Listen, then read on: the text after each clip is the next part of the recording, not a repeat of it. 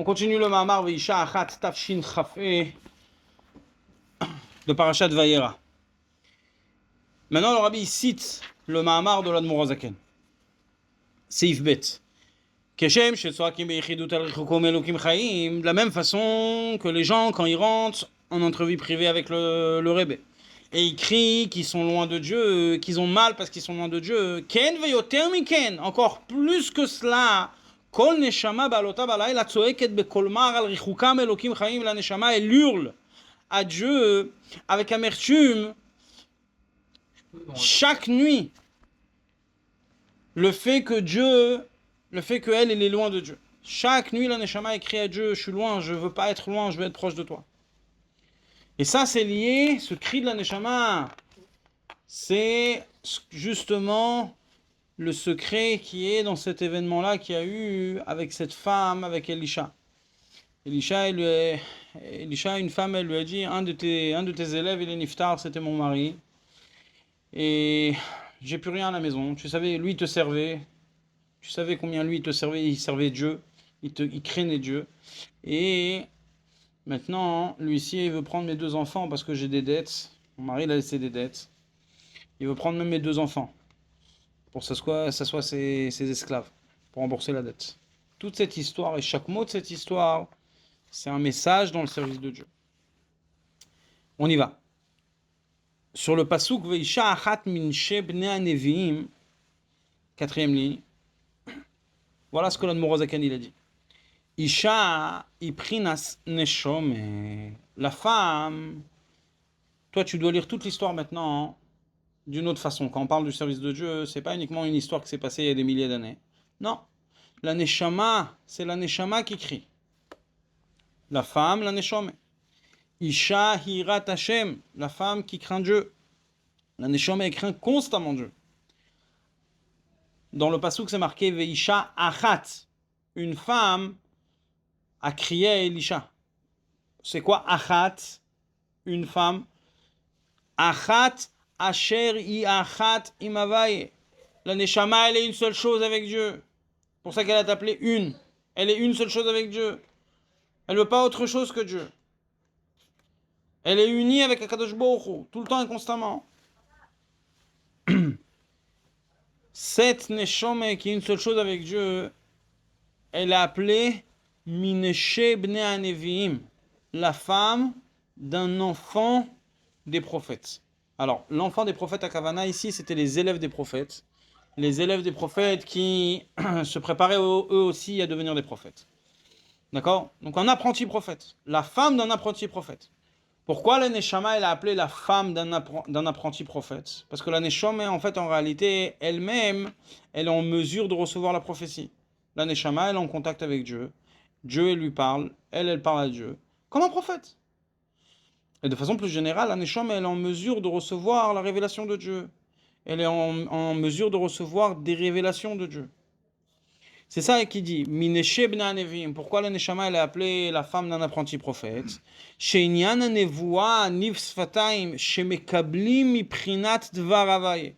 La Neshama elle est en mesure de recevoir la parole de Dieu. Qui te met en contact toi dans ton corps avec Dieu? Ta Neshama. Donc ta Neshama c'est ton prophète. Un prophète il te parle, il te dit ce que Dieu il veut que tu saches. Ta Neshama il te dit ce que Dieu il veut que tu saches.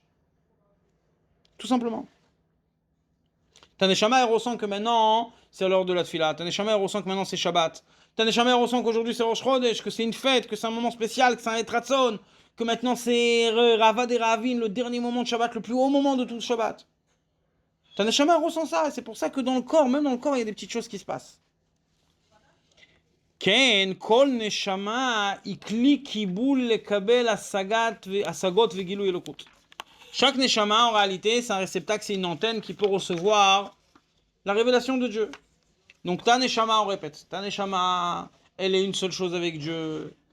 Ta Neshama, c'est un ustensile pour recevoir Akadosh Baruch Hu, pour entendre Akadosh Baruch Hu. Et qu'est-ce que cette Neshama, elle fait quand elle monte là-haut, la nuit? Tsaka el Elisha, elle crie à Elisha. C'est qui Elisha? Nutrikon. En hébreu, il faut savoir une chose. Le Torah Tmima, c'est un livre très important qui met les parties de la Torah orale sur les psukim, très intéressant. C'est le chumash avec lequel le rabbi fait le chumash du jour, Torah Tmima. Et le Torah Tmima là-bas, il explique une chose, il dit qu'en hébreu, tous les verbes en hébreu, ils n'ont pas plus que 3 lettres. Quand il y a plus que 3 lettres, en fait, c'est donné à explication, à commentaire, etc. Ça veut dire c'était justement parce qu'il y a beaucoup d'informations et tout a été écrasé dans un mot un peu plus long que 3 lettres. Et c'est ça d'où vient le nutricon. Le nutricon en hébreu, c'est quand tu prends un mot, tu le coupes en plusieurs morceaux.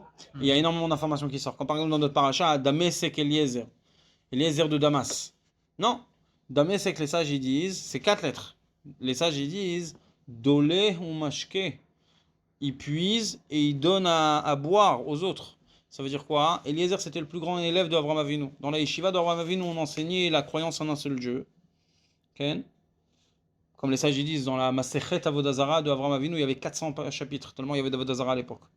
Ok? Et Avraham Avinu, il avait enseigné, il avait fait des neshamot, on savait qu'il est parti à la guerre avec lui 318 personnes. Okay? Il avait fait des neshamot, il avait fait des gens qui ont fait tchouva, qui se sont approchés de Dieu. Avraham Avinu, il a fait connaître le nom de Dieu dans le monde. C'est pas pour rien qu'il a été jeté dans la fournaise. Il faisait un peu trop de bruit. Ok? C'est quoi la période avec la pluie de Avodazara? Avant ou maintenant? Non, avant, bien sûr. Avant? Bien sûr, la Gemara a dit que depuis la fournaise de Hanania, Michel et Azaria, à l'époque de la fin du premier temple, Ok. que Dieu il a fait un miracle comme avec Abraham Avinu qu'ils n'ont pas brûlé. La Vodazara, elle a perdu de sa force dans le monde petit à petit. Bien sûr. Tu vois que aujourd'hui, des milliards de personnes sont monothéistes. Ils croient en un seul Dieu, avec des bêtises et des folies, comme les chrétiens et les musulmans, mais il y a une Emouna Bekel Echad, dans un seul Dieu. Il y a moins d'Avodazara qu'il y avait avant, bon. Il n'y a pas de Sheila dessus. Le Rambam Agav, à la fin de Maïmonide, il dit que ça fait partie du processus pour emmener Mashiach. En fait, il y avait plein de gens à Vodazara dans le monde. D'accord? Les chrétiens, ils ont fait une première vague, ils sont allés très loin, ils ont commencé à apprendre aux gens qu'il y a un seul Dieu. Il faut arrêter avec la Vodazara. Mais en croyant à un homme qu'un kofer, au Vodazara, etc., Oto Aïch, Paul de Carotte, JC, c'est pas mal, j'étais Chayav Mita par le Beddin, etc., hein, on n'a pas peur de le dire, c'est le Beddin qui l'a mis à mort. Ken? Bêtach, non, on n'accepte pas la version romaine. Ken? C'est nous qu'on l'a. Ken, toutes ces histoires. Non, il y a Cholot qui a été crucifié par les sages, j'en sais rien. Comment le Rambam il appelle Mohammed Ameshuga, Mahomet le fou. Ils ont fait des conquêtes, ils sont partis dans tout le monde. Ils sont partis ils sont allés jusqu'au Maroc, jusqu'en Malaisie, ils sont montés jusqu'à Vienne, et ils sont descendus jusqu'au Tchad et au Niger, etc. Et là-bas, ils ont amené la parole en un seul Dieu. Okay? La parole qu'il y a un seul Dieu. Et le Rambam il dit ça fait partie du processus. Quand Mashiach va venir, le vrai Mashiach il va se lever. Qu'est-ce qui va se passer? Ils vont dire ah en fait c'était ça. Nos parents nous ont menti. Mais maintenant qu'ils savent ce que c'est la notion de croire en un seul Dieu, c'est beaucoup plus facile pour eux de le recevoir. D'accord? Donc il dit ça fait partie du processus de Mashiach. Vraiment, il y avait une censure sur cette partie-là. Mais nous on a ces morceaux-là. Où il y avait une censure? Sur ce morceau du Rambam. Dans certaines éditions du Rambam, cette partie-là, elle a été censurée. Ah ouais? Okay. Mais bon, franchement, on a cette partie-là. Tout ça pour dire, hein, c'est que Damesek Eliezer, Eliezer de Damas, en fait, c'est Nutricone de Damesek, c'est pour dire, Ken, c'est comme tu dis, un acrostiche, comme on dit en français. Ken, forme de racheter votre. Forme de rachat. Ma'inyan, c'est que lui, c'était le plus grand enseignant de la croyance en Dieu dans la yeshiva de Avraham Avinu. Dolé, il puisait pour lui-même, donc il comprenait très bien pour lui-même les enseignements de Avraham Avinu. Ou Mashke, il donnait à boire aux autres les enseignements de son maître, de Avraham Avinu. D'accord? Donc il était au top dans ce domaine-là. Et donc ici, pareil, Elisha, Nutricon, Elisha, c'est 2 mots. Le mot Shah en hébreu, ça vient du mot Vayesha Hashem et Level. Quand il y a eu entre Caïn et Evel, chacun il a ramené son korban et Dieu il est allé au korban de Evel, il n'est pas allé au korban de Caïn. Ok? Quand la Torah a dit les mots Vayesha Hashem et Level vel minchato, Vayesha il est allé, ça veut dire mouvement, exactement. Donc Elisha il dit mon Dieu retourne-toi vers moi, Ken, fais attention à moi, prends-moi, je suis là. D'abord, c'est le cri, l'appel. Tu lui dis, hey, retourne-toi vers moi. Dieu, en fait, la Neshama, quand elle monte là-haut, elle crie. Elle crie à qui? Elisha, elle dit à Dieu, Elisha, retourne-toi à moi. Et qu'est-ce que la Neshama a écrit? Avdecha ishi met. Ton serviteur, elle parle de elle-même. Ishi, mon mari, met. C'est qui mon mari? C'est qui? Ça veut dire quoi qu'il est mort, mon mari? Neshama n'a pas de. Pas mari, femme, il n'y a pas de Zachar, Nekeva. Pirouche, Ishi, mon feu. Mon mari, mon feu. Esh, Yud. Le feu que j'avais qui vient du nom de Dieu qui est en moi. Le Yud du nom de Dieu, c'est le feu pour Dieu. La itlaavout, la itlaatout. L'enflammement, l'enthousiasme de la Neshama, Beris Feesh, l'amour, Ahava Beris Feesh, l'amour de flamme, comme c'est marqué dans le Shirachirim. Leikalel velibatel, de se renglober en Dieu, de disparaître complètement. Quand quelqu'un il prend une allumette, il jette dans une fournaise énorme. La Neshama, elle sait ce qu'elle veut. Ner Hashem Nishmat Adam, c'est une petite bougie. La Neshama, c'est une bougie. À l'image, tout ça, c'est des images. Une flamme, mais elle veut revenir à sa source, dans le mort, dans le luminaire, dans le soleil. Elle veut revenir à sa source, elle va disparaître. Oui, mais je veux être englobé à l'intérieur de ça. Ça s'appelle l'Avodat Hashem du Klot HaNefesh. Quelqu'un, il veut en perdre l'existence et la vie. Qui c'est qui nous a fait le coup du Klot HaNefesh? Deux très grands tzadikim, Nadav et Avihu. Nadav et Avihu, quand il y a eu le Chanoukat à Mishkan, ils ont eu une envie très très forte de revenir à Dieu et de ne pas être séparés de Dieu. Ils ont dit on va dans l'endroit le plus fort, le plus kadosh, le plus... Ils sont rentrés dans le Kodesh HaKodashim, ils étaient chicors. Dieu il n'a pas aimé ça. Veleibatel et s'annuler à Dieu. C'est d'être englobé, d'être annulé. Je ne vais pas rentrer ici dans les détails. Il y a le ratso, il y a le chauve ici. Ok. Donc, et d'où ça vient? Ça vient, en fait, nous, on a à l'intérieur de nous, à l'intérieur de la Neshama, il y a le nom Yudke Vavke, de Dieu. À l'intérieur, c'est une partie de Dieu. Neshama, c'est Chelek, Eloka, Mimal. Et la Morzaken, il rajoute Mamash. La Neshama, c'est vraiment une partie d'en haut de Dieu. Elle a le Yudke Vavke, elle a le nom de Dieu à l'intérieur d'elle. Qu'est-ce que le Yud Yudke Vavke lui fait? Chaque chose, elle lui fait autre chose. Chaque lettre des 4 lettres, elle lui fait autre chose. Le Yud, qu'est-ce qu'elle lui fait? Elle lui fait l'envie d'être une seule chose, annulée totalement avec Dieu. Ça, cette envie-là, Ishi, mon feu, mon envie d'être une seule chose avec toi et de disparaître complètement, mette. Depuis que tu m'as mis dans le corps avec ce voyou, c'est mort. J'ai plus cette envie très aussi forte. Comment ça se fait que c'est comme ça? Pourquoi Dieu il a décidé de mettre la Neshama dans le corps et de travailler le corps et de s'occuper du corps. Okay. La suite du pasuk c'est Ve'ata yadata ki avdecha yayare tavaye. Toi tu sais, la Neshama il dit à Dieu, mais tu sais que moi je craignais Dieu. C'est pas uniquement que je crains hein. Les lettres Yud Resh Aleph, quand tu les changes de position, ça vient sans le mot Yaher, illuminer Dieu. Ça veut dire la Neshama il dit tu m'as envoyé ici sur terre, pourquoi? C'est quoi mon travail? C'est de rajouter de la lumière en bas et dans tous les mondes spirituels. C'est notre travail.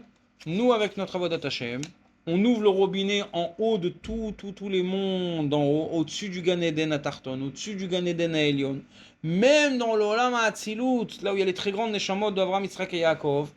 Nous, quand on fait nos mitzvot, on descend à Kadosh Baruch Hu qui se révèle encore plus là-bas que ce que Dieu il se révèle de façon habituelle, sans les mitzvot. Et ce qui fait qu'on rajoute de la lumière. C'est ça qu'il dit. Vata yadata. Toi, tu savais que Avdecha aya yaret Hashem. Pirush yare otiyot yaher. Ça veut dire Shaya bo koach losif tosefet or be'avaye. Moi, j'avais la force de rajouter de la lumière dans le nom de Dieu. Écoutez bien les mots. La Neshama, on lui a donné la force de rajouter de la lumière dans le nom de Dieu. Dans le nom de Dieu, Ken, nous on a la force parce qu'il y a Dieu lui-même et il y a le nom de Dieu. Le nom de Dieu, ça vient après. Mais quand tu fais Torah au mitzvot, tu fais que Dieu il se révèle même dans son propre nom. Tu comprends cette nekuda? Il y a Dieu lui-même. Il y a le nom de Dieu. Dieu, quand il se révèle à nous au Arsina, il nous dit quoi? Anochi, Avaye, Elokecha, Asher Otseticha Meret Mitzrayim. D'accord? La carte de visite du bon Dieu, d'abord c'est Anochi. Pas de nom. Okay. Moi. Comme on dit, les sages ils disent qu'en égyptien, Anouk, ça veut dire moi. Dieu, il a dit dans la langue qu'on connaissait. Hein? Il a dit moi, hein? Il n'a pas dit de nom. Parce qu'il y a Dieu lui-même sans ses noms. À quoi il sert les noms? Pour les autres. Mais il y avait Dieu avant que le monde il existe. Est-ce que Dieu il avait un nom avant qu'il existe? Ouais. Alors les sages ils disent Ayahu ou Shmo Bilvad. Il y avait lui et son nom uniquement. Mais en réalité il y avait un moment où même son nom il n'était pas. Ok. Les noms c'est pour les autres. Quand Dieu il a commencé à créer la création, C'est les pour noms nous. ils ont commencé à exister. Bah oui. Quand Dieu il a commencé à émaner une révélation de lui-même, avant la création, je ne vais pas entrer dans les détails ici, ne me prenez pas au mot, les noms de Dieu ils ont commencé. Alors écoute bien, Dieu, il a inventé ces noms. Et toi, avec Torah ou Mitzvot, tu veux que Dieu il se révèle dans ses propres noms. Ok. Tu comprends ce que je veux dire? C'est comme si que tu disais à quelqu'un, hein, c'est comme tu disais à quelqu'un, hein, tout le monde appelle quelqu'un Roni, okay? Parce que son vrai nom c'est Aaron. Et un jour tu viens et tu lui dis, hé, Aaron Marciano, tu l'appelles avec tous ses noms. Okay? Qu'est-ce que ça lui fait? Ça lui réveille, ça le bouge dans, Ouais, ça, ouais. ça lui fait quelque chose. Ok. Et ça, c'est ce qui se passe. Quand un juif il fait Torah et Mitzvot, qu'est-ce qu'il fait? Il fait que Dieu il se révèle dans ses propres noms. Il est accessible encore plus qu'avant. Parce qu'à travers les noms, on est en contact avec Dieu. À travers le nom de Dieu, on est en contact avec Dieu. Ouais, c'est comme si on l'appelle. Donc, exactement. Donc, quand tu fais Torah et Mitzvot, tu fais que les noms de Dieu ils se révèlent encore plus. Donc, tu es encore plus en contact avec lui. Et ça, c'est notre travail ici sur Terre. Ok? Et c'est pour ça hein, que la Neshama a dit, mais toi tu savais que j'avais la force de rajouter de la lumière même dans le nom de Dieu. C'est ça que j'avais ma force. Mais aujourd'hui, j'ai plus rien. Aujourd'hui, j'ai plus rien. Vanoshe ba lakachat et shnei eladai lo la'avadim. La Neshama écrit à Dieu et dit, l'huissier, il vient, il veut prendre mes 2 enfants, que ce soit ses esclaves. Pirouche vanoshe. C'est quoi le noché? C'est quoi le noché? Noché, en hébreu, ça veut dire la personne qui vient pour prendre la dette, mais ça vient aussi d'un autre mot. Okay? Quand Yosef, il a appelé son fils Ménaché, c'était pas au hasard. Il a dit Nashani Elohim, Dieu il m'a oublié. Okay? J'étais jeté en Égypte. On m'a oublié là-bas. Ok? Ça veut dire, en fait, c'est qui le noché? Celui qui fait oublier. Et celui qui fait oublier, il vient prendre mes enfants pour être des esclaves. La Neshama écrit à Dieu et dit quoi? Il dit le Yetzerara. Hein. Comment on l'appelle? Celui qui me fait oublier que tu existes, que c'est toi qui gères le monde.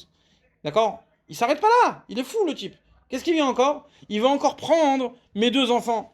Et qu'est-ce qu'il veut que les 2 enfants y soient? Ses esclaves à lui. Le Yetzerara, il veut que mes enfants, ça soit ses esclaves. Alors c'est quoi les enfants? Venez, on regarde ensemble. J'allais poser la question. Chez Ze Kae Alanefesh Abamit. On parle ici de l'âme animale. Celui qui fait oublier Dieu. Shima Shakachatoti me Elokut me fait oublier Dieu. Et pas une, il s'arrête pas là. Balakachat et Shne Eladai. Il vient prendre mes 2 enfants. On sait que la Neshama, elle a des enfants. C'est quoi les enfants de la Neshama? L'amour de Dieu, la crainte de Dieu. La fille et le garçon. La crainte et l'amour de Dieu. Em Dechilu Richmu. Vous voyez le dour. Ça va chez des votes. En araméen. Dechilu, la crainte. Rechimu, l'amour. L'amour et la crainte de Dieu que j'avais pour toi. Hein. L'âme animale, en araméen, ça veut dire l'amour. La crainte, la pitié que tu as envers les gens et tu es en train de l'aimer. Ok? Quand tu es en colère contre quelqu'un, l'Admor Zaken il dit à la fin du 32e Pérec du Tanya, lève, Pérec Lamed Bet du Tanya, qu'est-ce qu'il faut que tu fasses quand tu vois quelqu'un qui se comporte mal? Il faut que tu aies pitié de lui. La pitié que tu auras pour lui, ça va te réveiller de l'amour pour lui. Ok? Ok, on avance. Donc il dit, qu'est-ce que la Neshama dit? Il dit à Dieu, regarde, moi j'avais envie d'être une seule chose avec toi, j'ai plus ce feu-là. Ishimet, mon envie d'être une seule chose avec toi, je l'ai perdu. Et celui qui me fait oublier Dieu, le noché, l'huissier, l'âme animale, elle s'arrête pas là, elle me fait pas uniquement oublier Dieu, elle veut maintenant que mes enfants, l'amour et la crainte que j'ai pour toi, ça devient ses esclaves. Ça veut dire quoi l'amour et la crainte? J'ai 2 forces, j'ai l'amour et j'ai la crainte pour Dieu. Qu'est-ce qu'il veut faire avec l'amour et la crainte? Il veut que ça devienne ses esclaves. Il veut pas les tuer. Qu'est-ce qu'il veut faire avec? Il veut que maintenant ton amour, elle arrête d'être pour Dieu et ta crainte, elle arrête d'être pour Dieu. Qu'est-ce que tu vas faire avec la force de l'amour que tu as en toi? Regarde, les avot zarot, des amours étrangères à Dieu. Ta avot agouf, les plaisirs du corps. Et la crainte. Veleirot zarot, des craintes étrangères. Penir sar lachmo. La crainte de la parnassa, peut-être que j'aurai pas à manger, je vais pas réussir dans la parnassa et je vais galérer. Barour que tu dois aller sortir et tu dois aller travailler, tu dois aller ramener ta parnassa. C'est même pas une question bichla. Alpi alacha, c'est une obligation. Okay? La nekuda, l'erreur qu'il y a, hein, c'est que quand quelqu'un il met des émotions interdites là-bas. C'est ce qu'on a expliqué dans le mamar que vous avez fait. Okay? L'Admor Zaken il dit, dans Maïm Rabim, l'Admor Zaken il vient, il vous dit quoi? Hein? Il vous dit pas ne va pas travailler, pas du tout. T'as une obligation d'aller travailler. Mais le problème, c'est les marchavot et les tirdot. C'est les pensées, et c'est les pensées comme ça qui abusent, qui mettent l'autre, qui fait bouger la personne dans tous les sens. Okay. Pen yirsar lachmo. Donc ça, c'est des craintes de la nefesh habamit. Quand quelqu'un il a des envies interdites et il a des envies qui sont liées au corps et il a des craintes qui sont des craintes interdites ou des craintes qui sont liées au corps. Ça, c'est quand l'âme animale, elle prend la force de l'amour, elle prend la force de la crainte et elle les met dans les choses interdites qu'il faut pas. Ici d'ailleurs, il ne marque pas uniquement les choses interdites, hein. Il marque même des choses qui sont permises et même des choses qui ont l'air naturelles. Okay. Comme Ta'avot tagouf, les plaisirs du corps, ça peut être même des plaisirs permis. Pen yirsar lachmo, c'est naturel de dire j'ai peur pour ma parnassa, j'ai peur pour ma parnassa. Non mais t'as oublié que c'est le bon Dieu qui gère les choses. Arrête de voler, arrête de mentir. Arrête de jamais regarder, de jamais prier en minyan, de jamais mettre tes tefilines à l'heure. Non, je peux pas, la parnassa c'est au-dessus de tout. Il y a un problème. Donc qu'est-ce que ça c'est le cri de la neshama. La neshama elle monte là-haut toutes les nuits et elle crie à Kadosh Baruch Hu. Elle crie première chose Ishimet, j'ai plus cette force, cette envie là hein, d'être une seule chose avec toi et d'être englobé en toi, de m'annuler totalement à toi. J'avais avant la force de rajouter de la lumière dans le nom de Dieu. Ça c'était ma force. Okay, vous vous rappelez comment il dit les mots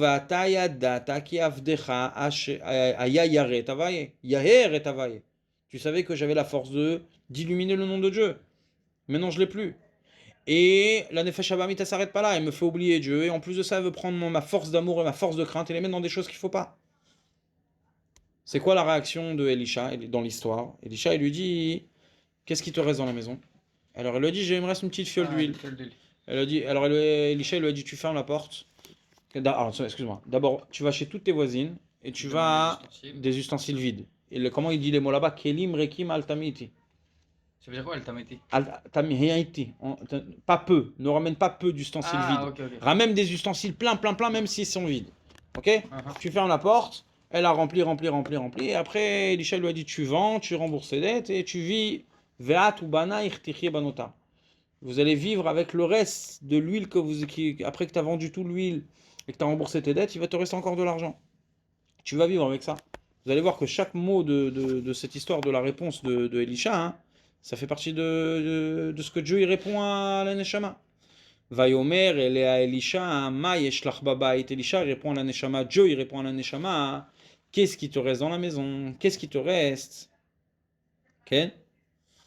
C'est quoi babait?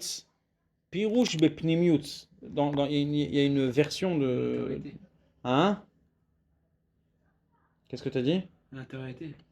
C'est quoi? Il y a un livre qui s'appelait L'Ikouté Yekarim, qui est sorti en 1939 à Riga, et qui a ramené ce mamar-là, et qui a rajouté, je ne sais pas de où, mais en tout cas il a rajouté, que quand Dieu il dit à la Neshama, qu'est-ce que tu as à la maison? Il lui dit bepnimiut, qu'est-ce que tu as au fond de toi? Ok, t'as rien, mais au fond de toi, qu'est-ce qui te reste? Au plus profond de la Neshama. On parle des bonnes midotes. Mais les bonnes midotes, elles sont parties en cacahuète là. On parle d'une situation où il ne reste plus rien à la Neshama. Alors c'est ça, babait, pnimiut, au fond, qu'est-ce qui te reste? C'est quoi la dernière chose qu'on t'a pas encore pris? Okay. La chose la plus puissante que personne peut te prendre en fait. C'est quoi alors? Venez, on y va. On regarde. Venez, regarde. Vatomer en likiim asur shamen.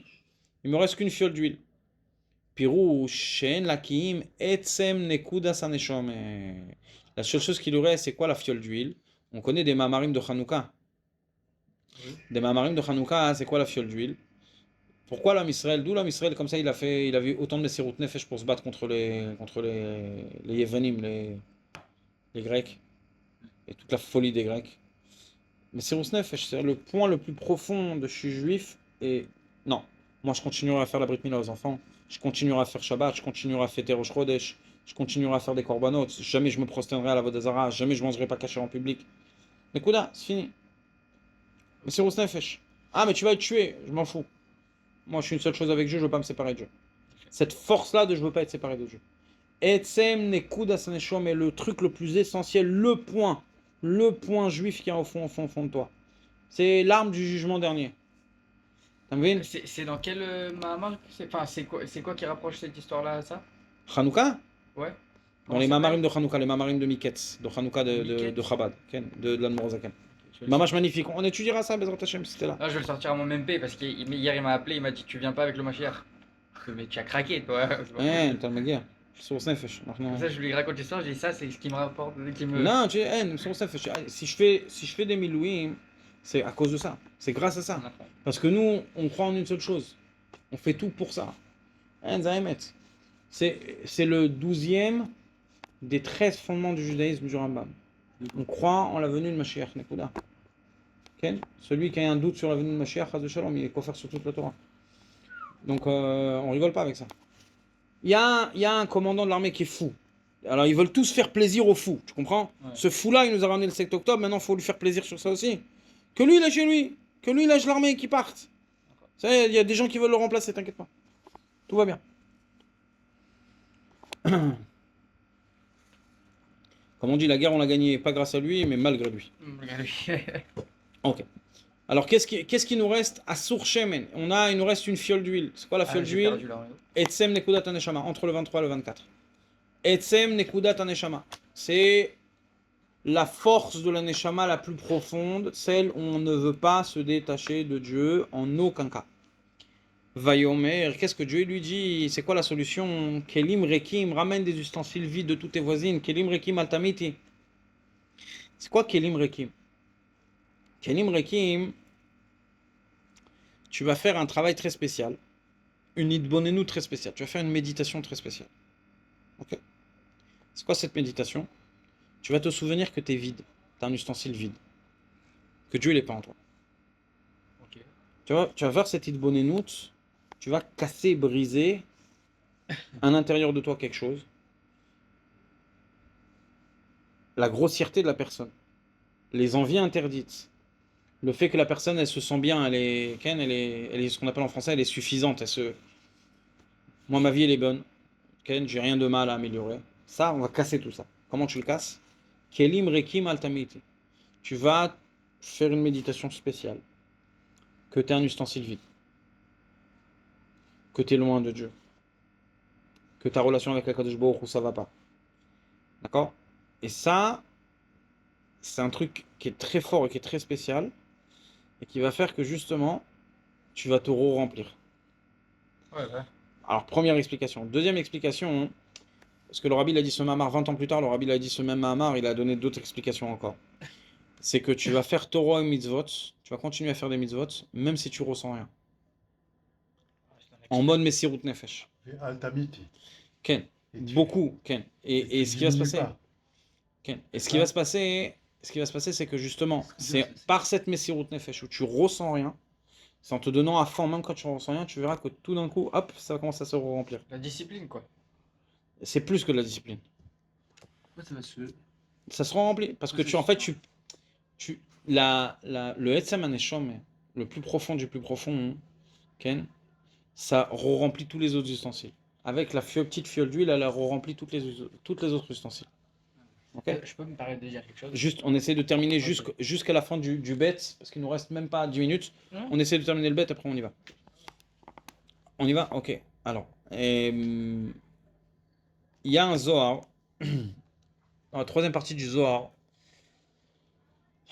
c'est expliqué, c'est raconté que dans le Gan Eden, dans la yeshiva du Gan Eden, il y avait un conseil pour celui qui ressentait pas sa neshama.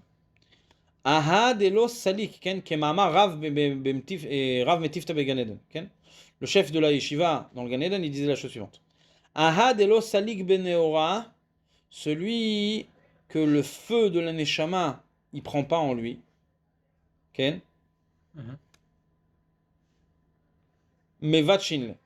On le casse. En fait, ici, à la base, il donne comme exemple Kach goufa de lo salik beneora de nishmata me vachinle. Ve salik beneora chul. En fait, comment ça marche le procédé? Tu as un énorme morceau de bois et tu as besoin de faire du feu, tu as besoin de faire à manger. Qu'est-ce que tu fais? Il prend pas, tu essaies de l'allumer, il prend pas. Qu'est-ce que tu fais? Tu casses des morceaux. Ouais. C'est comme ça que le feu il prend. La même chose. Des fois, la neshama, elle a perdu. Ishimet, mon feu, il s'est éteint. Qu'est-ce qu'il faut faire? Mais va te chiner, on va te casser en morceaux. Okay? Maintenant, il y a deux chemins. Il y a un certain mouvement dans le judaïsme qui dit va chercher des bisounours. Va chercher des bisounours. C'est quoi des visions? Qu'on te fasse honte, qu'on te rabaisse.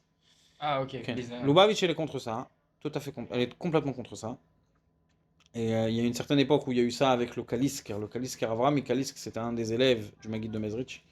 Et il avait ce chemin dans la Vodat Hashem. Le Maguide de Mezrich, il n'a pas du tout accepté. Et il a même été repoussé pendant un moment des élèves du Maguide. Après, l'Admor Zaken, il a supplié qu'il soit reçu. Bref, toute une histoire. Et mais ce derrière dans la Vodat Hashem, d'aller chercher des bisionotes et de faire des bisionotes aux autres et d'être comme ça, de se comporter de façon folle. Pour casser comme ça sa metsiout, casser sa grossièreté, casser sa... Ken, moi j'ai honte. La honte, elle vient de quoi? De la gava. Je vais casser ma gava. Ken, en faisant honte. À soi-même, c'est possible ça? Ken, alors eux, ils cherchaient ça volontairement, mais nous on est contre ça. Ok. C'est quoi Quand le on deuxième? dit, alors, quand on dit, voilà, un morceau de bois qui prend pas le feu, quand la neshama, elle n'arrive pas à attraper le feu de Dieu, Ken, parce que tu as tellement crassé la neshama avec tellement de bêtises, ok? Tellement de choses interdites, manger, vues, regarder, fait. Qu'est-ce qui reste? Alors il faut casser en petits morceaux. Comme ça, le feu, il prend. Toi, tu vas te le faire à toi-même. Il y a la méditation du fait que je suis loin de Dieu. Le fait que mes paroles, c'est pas pour Dieu, malheureusement. Le fait que mes actions, c'est pas pour Dieu, malheureusement. Chacun, il se connaît. Chacun, il sait la liste de folie dans laquelle il est. Ken? Comme on dit, Chapes bedakut timsa begasut. Ken? Cherche les petites choses de mal qu'il y a chez toi, tu vas en trouver des énormes. Ok? Donc, on avance. Regardez. Vezeu inyan kelim rekim. C'est ça que ça veut dire des ustensiles vides. Shetzarich leitbonen 26. Shetzarich leitbonen arbe. Il faut qu'il médite énormément. Altamiti. Vous vous rappelez le mot altamiti? Pas peu. Comment il est vide, il n'arrive pas à se focaliser sur Akadosh Baruch Hu, il est facilement... Il y a quelque chose d'interdit qui passe dans la rue, hop, il oublie Akadosh Baruch Hu. Il regarde son téléphone, tac, il oublie Akadosh Baruch Hu. Ça date, il n'arrive pas à se concentrer sur Akadosh Baruch Hu. Il oublie, au lieu de faire Shiviti Hashem, les Negdi Tamid, Dieu il est tout le temps face à moi, il n'arrive pas. Oublie Shum Dechil ou Richmu. Il n'a pas d'amour de Dieu. Il n'a pas de crainte de Dieu. Vitmarmer Meod al Richuko. Il va, avec énormément d'amertume, crier à Dieu qu'il est loin de Dieu. Vitzak elavai al Richuko. Il va crier à Dieu qu'il est loin. Melokim Chaim. Mekor Achaim. Vous voyez le Rashi Tevot? Mekor Achaim. La source de la vie. Il va se souvenir que Dieu c'est la source de la vie. Mais lui il est loin de la vie. Il est loin de la vraie vie. Qu'est-ce qu'il va faire? Qu'est-ce qui va se passer quand on fait cette méditation? Il va avoir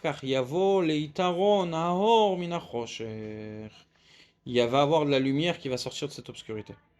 L'obscurité elle-même, elle va devenir lumière. Cette amertume elle-même que tu es loin de Dieu, c'est elle qui t'approche de Dieu. Et ça peut prendre longtemps? C'est immédiat. Qui bémet la mito. Yesh itaron, c'est tout de suite. Quand tu fais cette... Rien qu'on en a parlé, déjà tu sentais que... D'accord ou pas? Tu vois ce que je veux dire? C'est immédiat. Qui bémet, il y a des techniques dans la chassidoute, c'est juste qu'on les applique pas. Je vous ai dit, c'est un guide de la voie d'attaché. Pas shoot. Qui bémet la mito yesh itaron la hor kshu min achoshech davka.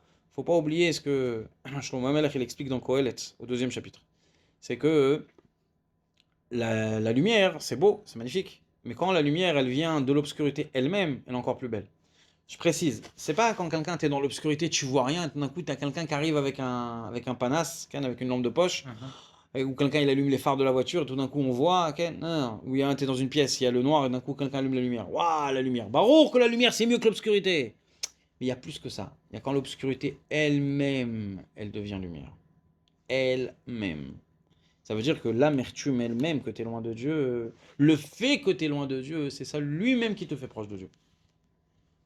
Tu comprends? C'est beau, Le fait que la personne elle médite. À cause de la soif qui se réveille. Nahon, mais c'est On a pas une que soif. c'est pas que ça. C'est pas que ça. C'est pas parce qu'il y a la soif alors tu es plus proche parce que tu avais soif. C'est mamache. C'est la mériroute elle-même, c'est elle qui te met proche de Dieu. Le fait que tu te dis, mais je suis loin, je suis loin. Desséché quoi, plus soif. Je suis loin. Ah non, t'es proche, t'as pas compris. Quand tu te rends compte que t'es loin et que tu cries que t'es loin, t'es proche. Je devais Pas mal. Hein? Il est comme ça, il a du mal à étudier la Torah ou la Mitzvot quand il a cette. Un master comme ça, il a du mal à comprendre la Torah et la Mitzvot. Là, pour l'instant, on est dans le premier esber. Premier esber, c'est la Hitbonenut de Mevachinle. Ok? La Hitbonenut de Kelim Rikim. Je suis vide, je suis vide, je suis vide, je suis vide. Hop! Ça accroche à Dieu. Donc, justement, ça te fera encore plus proche de Dieu. Même plus proche de Dieu avant même cet événement. Qu'est-ce que Dieu dit à la Neshama? Il lui dit, toi, la Neshama, que tu t'es plaint, que tu sens plus que tu es proche de moi, que tu as Ishimet, que tu sens que ton feu il est mort. Et en plus, tu dis que tes enfants, ils ont failli être pris par le Yetzer Hara pour faire des Averot. La Havat Hashem et la Yirat Hashem, pour oublier l'amour de Dieu, la crainte de Dieu et avoir l'amour de ce monde et la crainte de ce monde. Tu vas vivre de ça. Tu vas recevoir tellement de kochot que pas uniquement tu vas revouloir être proche et une seule chose avec Dieu, ça va rallumer ton feu pour Dieu. D'accord? Ça va, mamash, triatametim au feu à l'intérieur de nous. Oui. Même les enfants, tes enfants, at ou bana irtichibanotar, vous aurez assez d'argent pour vivre toi et tes enfants. Ça veut dire quoi? Ça va rallumer l'amour de Dieu, la crainte de Dieu. Pas uniquement ce que tu as au fond de toi, ça va se rallumer.